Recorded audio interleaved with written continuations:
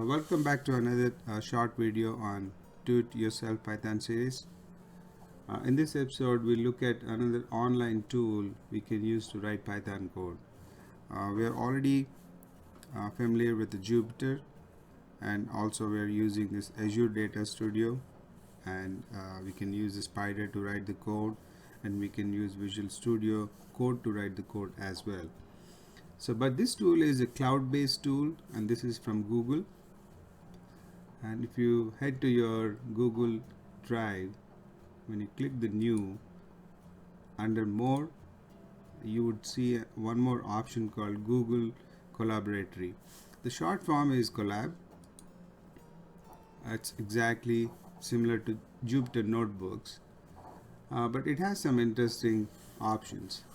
If you go into Tools and Settings, you'll be able to set all your environment using dark or adaptive or light modes, and you can use editors options to see what exactly you wanted to do with this tool when you're online.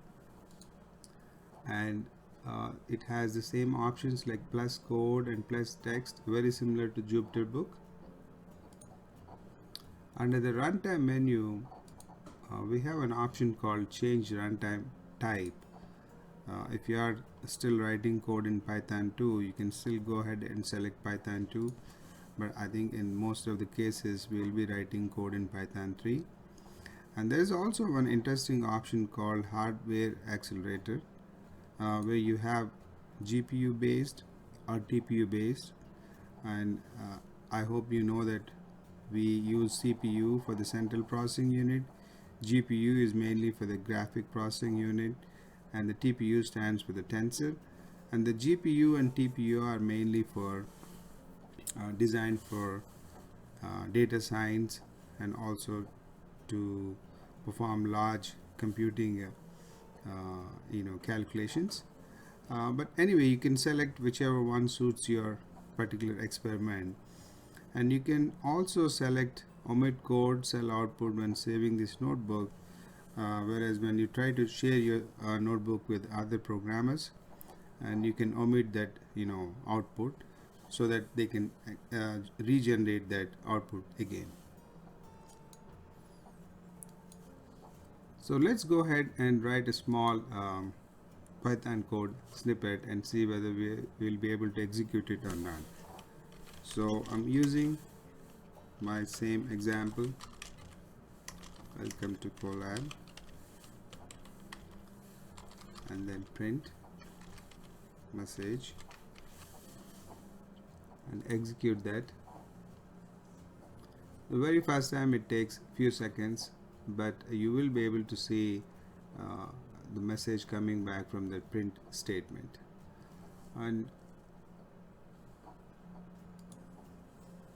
And very similar to other tools, you have an option to go and actually verify all the runtime logs as well. You click that and you should be able to see all the actions happening behind the scenes. And very interesting thing is, it is actually running, this web service is running at 172 and at 9000 port. This is not a local port, and this is not your machine. And if you really want to run this particular tool in a local host environment so that you can access all your file system file folders and files, you can actually go ahead and change that here, connected to hosted runtime or a local runtime. If you try to click the local runtime, it's trying to run that service on your local machine, but you need to specify a particular port for that. We will do this one in a later exercise, but for this particular episode, I just wanted to run all my code from the hosted environment.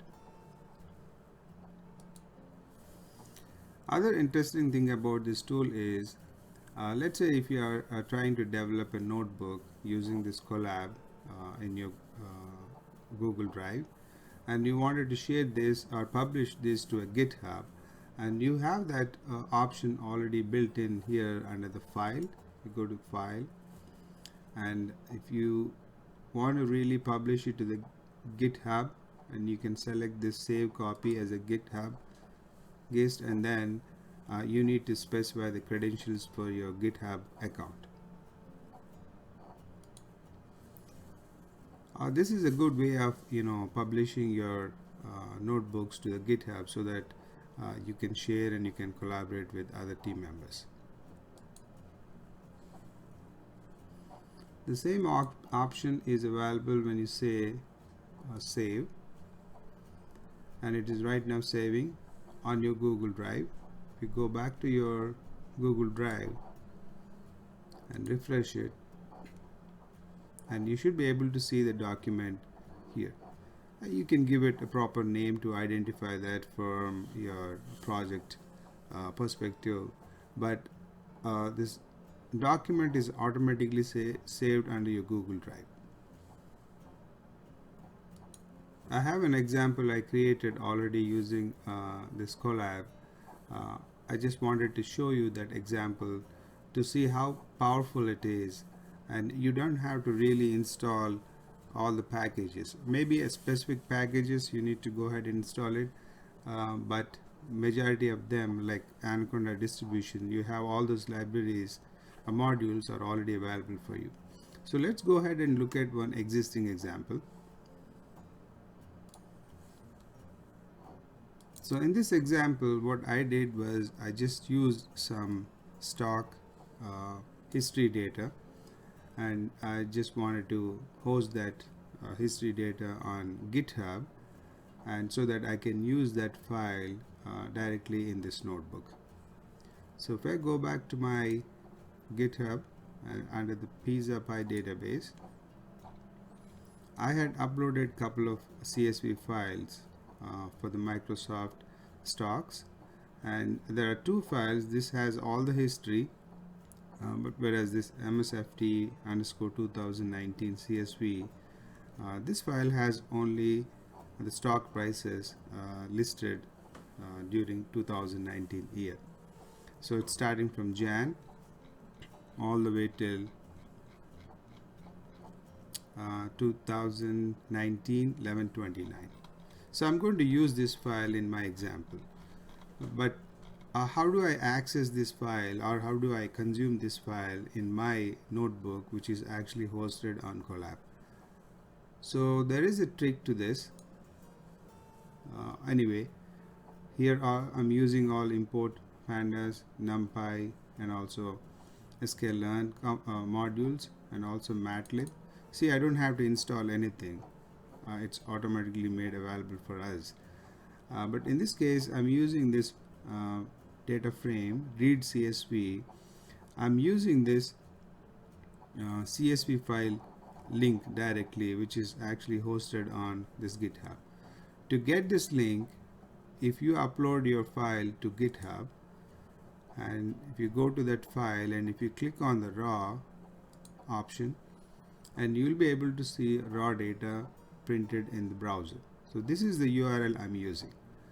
So what I'm trying to highlight here is that it's so simple that you can actually upload your files even to your Google Drive or maybe GitHub, or if somebody can upload the file to the GitHub, and you can actually use that raw link directly here. So this is the first step where I'm actually importing all the modules I want for this example, and I'm using the same example what I was using previously in other videos. So data frame head, history, and I just created some variables here, array variables, so that I can save this information like day of the year and stock adjusted close price, and also I'm printing here the shape. So the shape is basically, it is giving the information about the data frame. So by looking at this, I have 231 records and 3 columns in that, right? So let's go ahead and verify that. I'll go back to my SQL server, and I just created, this is my main table with all the data, but I'm only looking at 2019, and I just wanted only 3 columns for my, for the notebook purpose. So this is the query which gives me all the data in 2019, and scroll all the way till the end. You should be able to see the record count as 231, and I exported this data into a CSV file, and then I uploaded that file into my GitHub.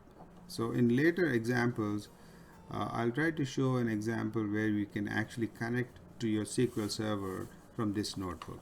But as of now, we are actually using this raw file which is located in GitHub. But anyway, we have 231 records, and I'm just running through some code, and all this notebook will be published in GitHub as well. So you can go ahead and download, or you can use it to run this directly in your Colab notebooks. So I have some array here with all the the day, the number initialized here, and I'm running just only linear regression. See that I haven't installed anything. It's just straightforward MATLAB using, and also Scala here. I'm using the same code from my previous example, and so I get the score. I'm happy with the score here. It is like 91% accuracy. So I'm creating some additional variables I need in order to print this chart. This is again scatter chart. All the blue color dots you are seeing is basically the data what we have in the CSV, and this is the trend line which I'm trying to print to show exactly whether it is how it is actually plotted there. You can just study this code to learn more. It's very simple, straightforward. And then after this particular experiment, now what I'm trying to do here is that I'm trying to predict prices for the rest of the year. So we are at 11/29. See that 11/29. So I'm going to predict the prices for the next month, end of the year, which is December 31st. So I'm using that, whatever values I have in the array plus 1, which is nothing but a 334, and then I just gave a range of 366 here, so that I can actually predict the values there. Please go ahead and go through this code. You can modify that, you can play with this, and you can use any other stock price CSV files. I actually downloaded stock price history data from Yahoo, and you can download it from any other sources, and I just limited only for 2019, but you can increase the range and you can try out something here. So basically what I'm trying to do is that I'm trying to predict the stock price for the rest of the year starting from 11/30. Okay, see that these are the values I got by predicting using all that linear regression and using that linear model we created.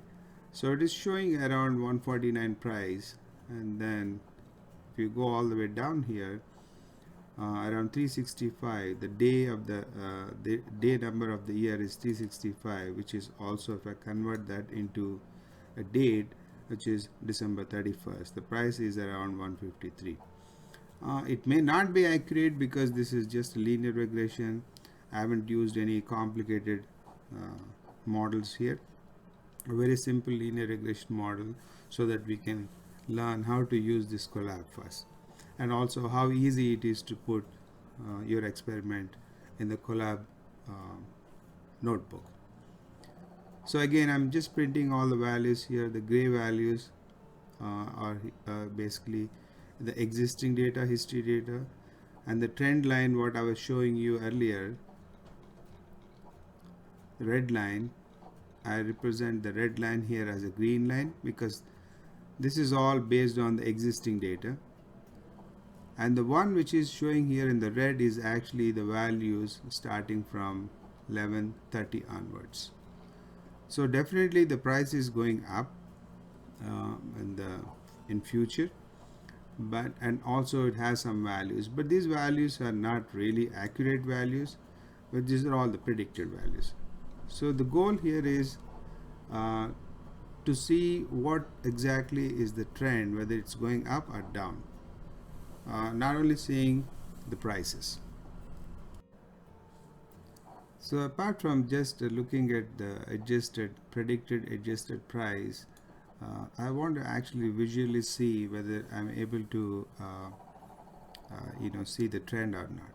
So this is what the trend is, like it's going up, and I think at least that gives me some idea on where this stock price is headed in future. I hope this helps you to understand, and it's not very complicated. This tool is very similar to Jupyter Notebook or Azure Data Studio Notebook, and all you have to do is just put the statements and just run it. But so let me go ahead and change this one and see how we can execute this experiment quickly. Going back to my GitHub, I also uploaded another file for Tesla, which is tsla_2019, and if I click the raw here and I get the URL, take that URL, go back to my notebook,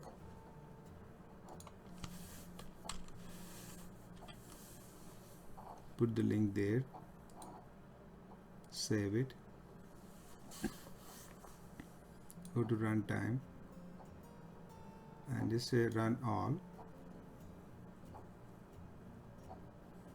and it just picked up the new data, and then it has the same the 230 observations.